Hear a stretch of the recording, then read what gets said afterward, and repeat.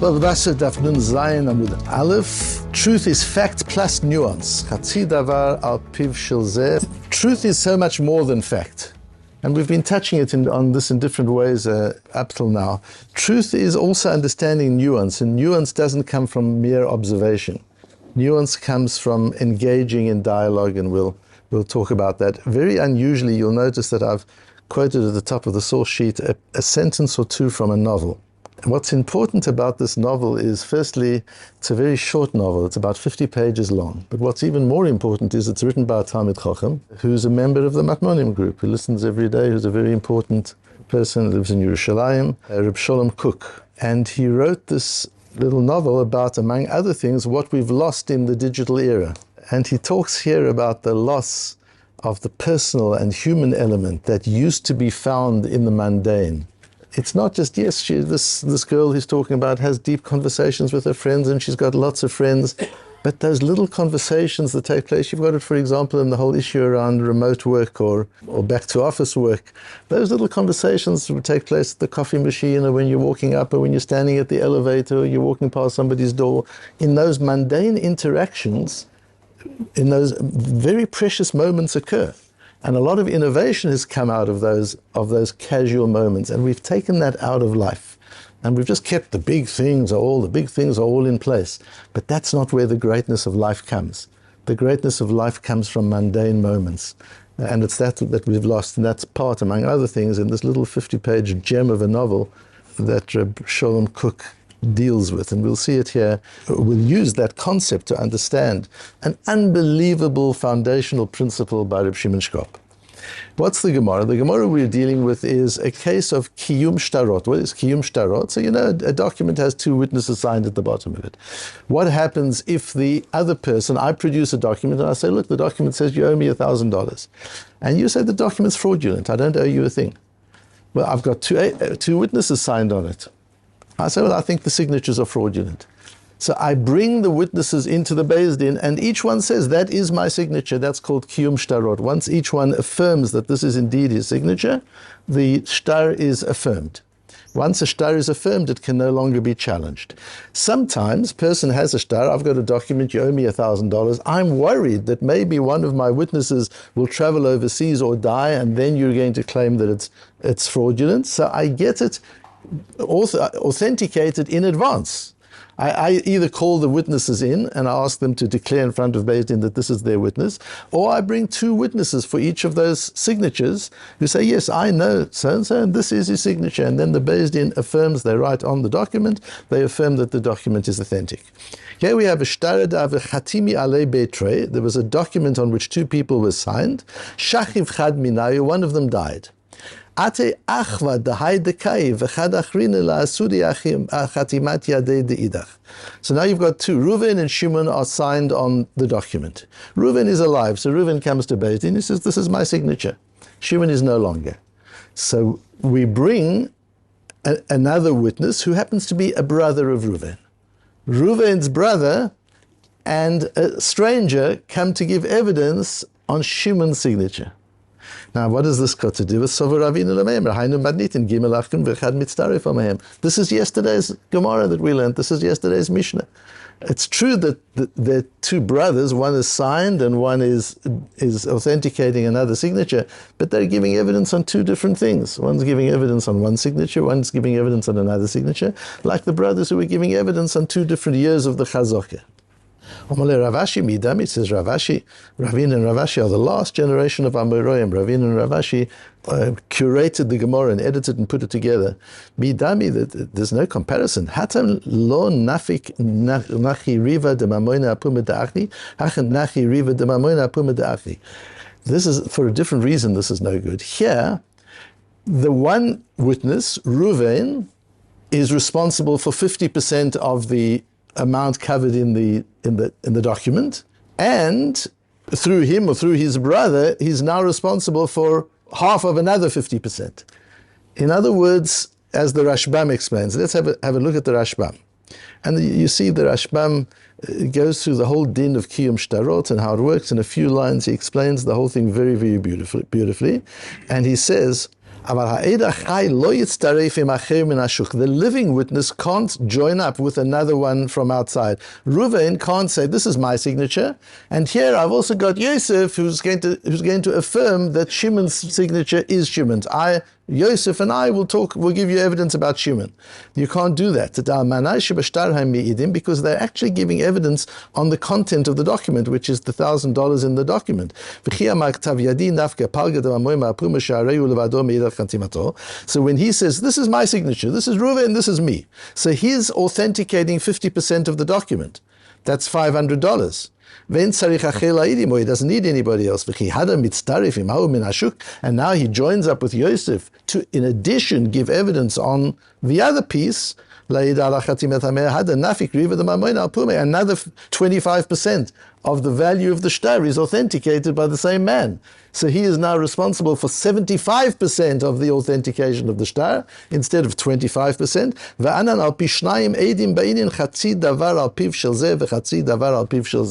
A whole new concept, says the Rashbam. We have a principle of you need two witnesses to establish the facts here. You need one for 50. It's not just you need two witnesses. You need one that is responsible for 50% and one that is responsible for 50%. And that's so strange because we know it's not. If you only had one witness, you wouldn't claim 50%. If you only have one witness, you claim nothing. The fact is, both witnesses together give evidence on the whole thing. No, says the Rashbam. Each one is actually giving evidence on 50% of the value of the shtar. And therefore the brother can't work as well. The time because the Rashbam gives a reason, strangely, really interestingly, for Exeris HaKosov that we have on Daf Kuf Nun Tet. We'll get to it, where the Torah decrees that relatives cannot give evidence, as we discussed yesterday. And the Rashbam says that's a decree of the Torah, but there's a reason for it, because two close relatives are considered like one person. That's how close the family unit is. We talked yesterday about two brothers and breaking the integrity of brotherhood, because their brotherhood is like one person. Says the Rashbam, therefore, not only can I not join with Yosef to authenticate Shimon's signature, but my brother can't join with Yosef to authenticate Shimon's signature. Where does this come from? Rashi says it. It's interesting. The Rashbam says it in a long paragraph that we see above. Rashi in Masechta Kesubos says, "V'anan al pishnayim edim beinin chatzi davar al piv shel zeh v'chatzi davar al piv shel zeh." Rashi brings that already in Kesubos. This idea that 50% is from the one person and 50% is from the other, you split their evidence. Where does this come from? What is it really? So clearly, as Reb Shmuel Rozovsky says in a shir in Makos, clearly it doesn't mean what it looks like it means. Da pshita de letter, obviously that's not so. Ela de kol echad po'el mechza b'hayakum davar shena'aset al yedei koach ha'idut. So that's what Reb Shimon Rozovsky explains, that this is not to say that each one is responsible for $500 in the case of a document that is for $1,000. Reuven is responsible for 500, Shimon for 500. No, they're both giving evidence on $1,000. That's not what it means at all. What it means is that each person is responsible for 50% of the yakum davar. What is the yakum davar that Torah tells us? Lo yakum eid echad b'ish. You can't use one witness, etc. Al pishnei eidim or al pishlosha eidim yakum davar. A matter is established in Beis Din. We're talking here about dinei mamonot. We're talking about matters of money, civil matters, not criminal matters. And these matters have to be established. Yakum davar. The issue is established by two witnesses.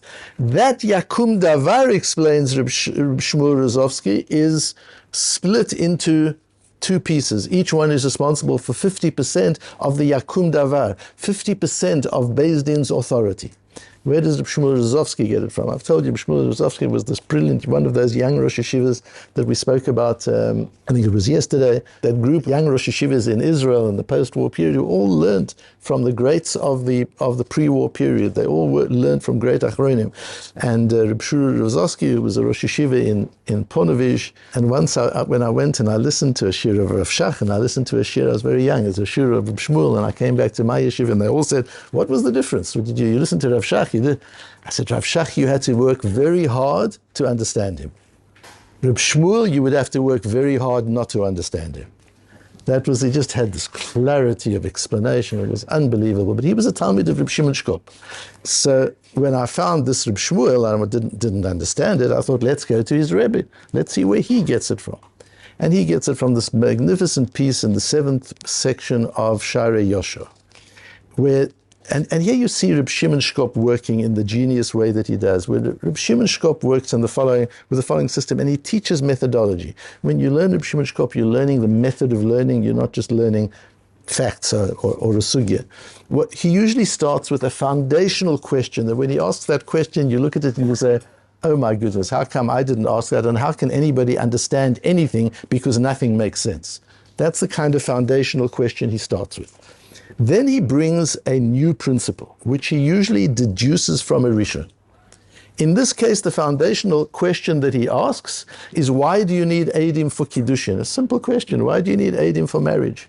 The Gemara says, because we learn that marriage has to be done the same as Mominus, the same as you need Eidim in mandatory issues, you need money in cases of Ereva where there's an issue in relationships, you need the same legal system as you need in mandatory things. Asks Reb Shimon Shkop, but in mandatory things you don't need Eidim for a Kinyan. So why here do you need Eidim for a Kinyan? You look at that question, you say, wow, yeah, nothing makes sense anymore. Nothing makes sense. And then he goes to a Rashbo in Bava Kama, and he deduces from the Rashbo in Bava Kama a foundational principle, which we'll learn now, and then he uses that principle to answer countless other challenges all over Shas. That's his method. And you see how he learns the Rashbo.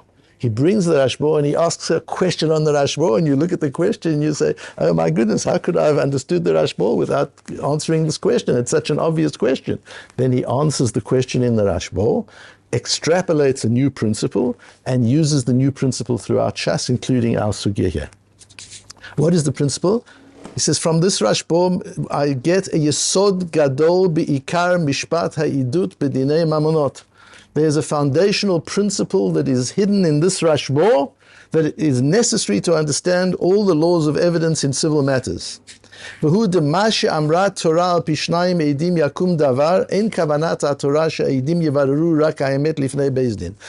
Torah says, by two witnesses you establish the fact, it's not talking about facts. Yes, it's facts as well, but there are other ways to get the facts. There's something else going on with the two Eidim. Ela she'eidim po'alim lechadesh etzel beit din koach chadash lachtoch hadin velakuf lekaimo kashurat hadin.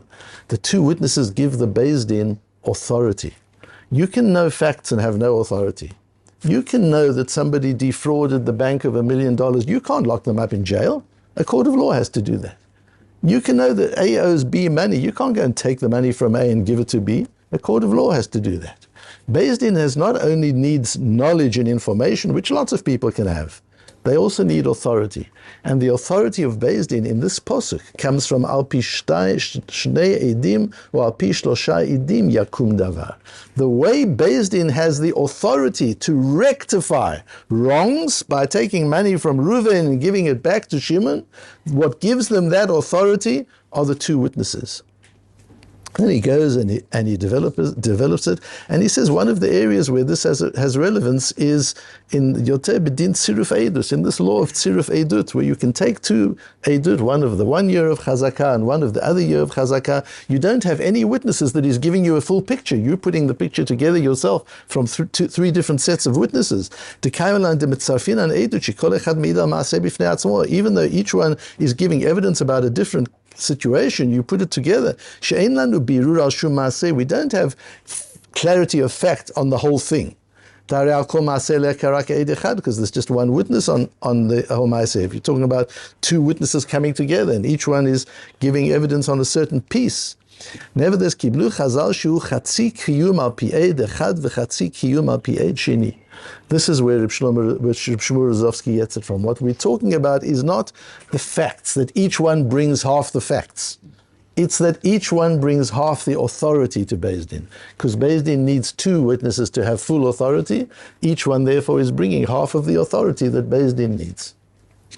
So this is an amazing piece, and maybe when we get further on in the Masechta in Sanhedrin, we'll have opportunities to work, because it's so foundational and so important and so ingeniously brilliant.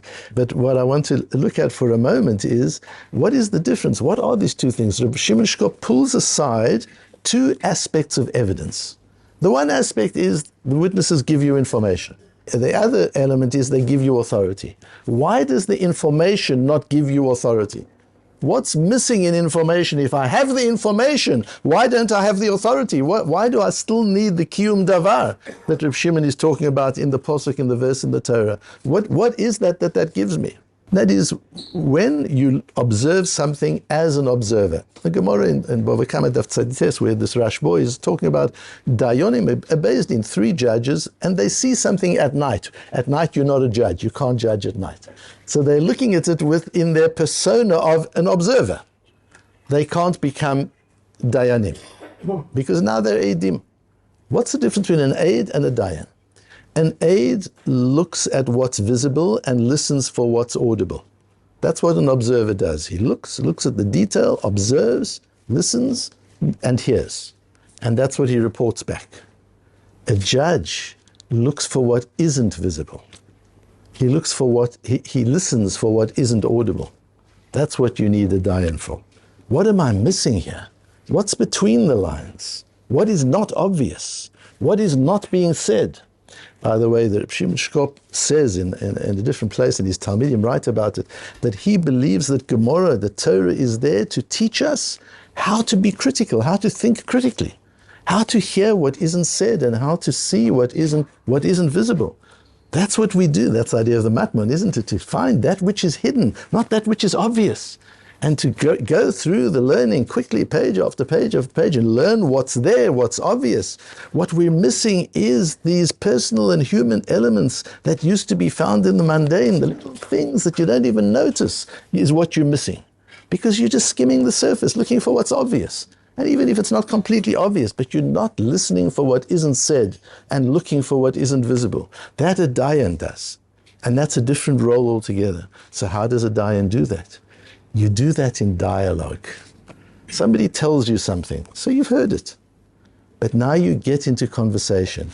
Really? So tell me more about it. How did that happen? How did you feel when that happened? Where were you when it happened? What did you do after that? You get into dialogue. And by the end of the dialogue, you've got a complete picture in context with not only the facts and the information, but also with the nuance. What does a judge do with Eidim? They get into dialogue with the witnesses. They question them. They compare the stories of the two witnesses. They get into greater nuance and they compare the nuances, because the facts are the same. Sure, the two witnesses are reporting the same facts. Even if they're false witnesses, they would have prepared each other to make sure they report the same facts. You're not going to catch them out on facts. You're going to catch them out on nuance. And so the Dayonim need to understand nuance. The way we understand Reb Shimon Shkop's understanding of the Rashbo's understanding of the Gemara's understanding of the Posuk, just look how we go from the Posuk in Dvorim through to the Mishnahs and the Gemaras, through to the Rashbo, through to Reb Shimon Shkop in our own era. The way we understand that is they're two different things. Witnesses bring information to the Beis Din, and that has all sorts of implications and all sorts of halachot. But there's a whole different section of halacha that is relevant in the authority they give to Beis Din through the nuances they bring to the Beis Din. And it's those nuances, that authority, which is 50-50. Yes, they're both reporting on 100% of the facts, but each one has different nuances. And it's the 50% nuances of the one and the 50% nuances of the other that Beis Din put together, and there they've got a full picture. That's what the Rashbam means, and what Rashi means, V'al pishnayim eidim ba'inan, chatzi davar al piv shel zeh, v'chatzi davar al piv shel zeh. I don't want one of the witnesses to be responsible for 75% of the nuance. I need the other to be responsible for 50% of the nuance. And if one is responsible for less than 50%, it doesn't help that the other one is responsible for more. I need each to be responsible for 50%, because that's the Gzerat HaKatuv, that's the law of the Torah of Al Pishnayim Eidim Yakum Davar.